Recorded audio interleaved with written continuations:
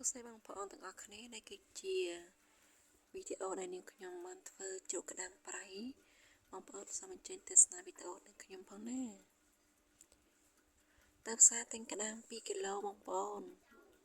ក្តាមមួយផ្នែកយកទៅស្ងោរហូបមួយផ្នែកទៀតយកទៅធ្វើក្តាមប្រៃបងស្រីនឹងខ្ញុំក៏ដោះលាងក្តាម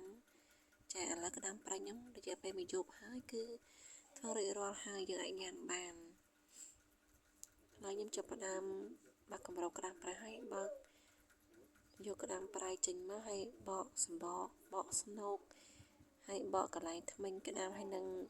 កន្លែងផេកក្តាមហ្នឹងបងប្អូនហើយក្តាមនេះខ្ញុំនឹងឃើញមានខ្លាញ់យ៉ាងច្រើនពេញពោះតែម្ដងក្តាមមានក្តាមឈ្មោលក្តាមញីចានេះខ្ញុំបកកន្លែងមាត់វាហើយនឹងធ្មេញវាហើយនឹងកន្លែងបណ្ដាផេកវានឹងបងប្អូនតបមកយើងចាប់ផ្ដើម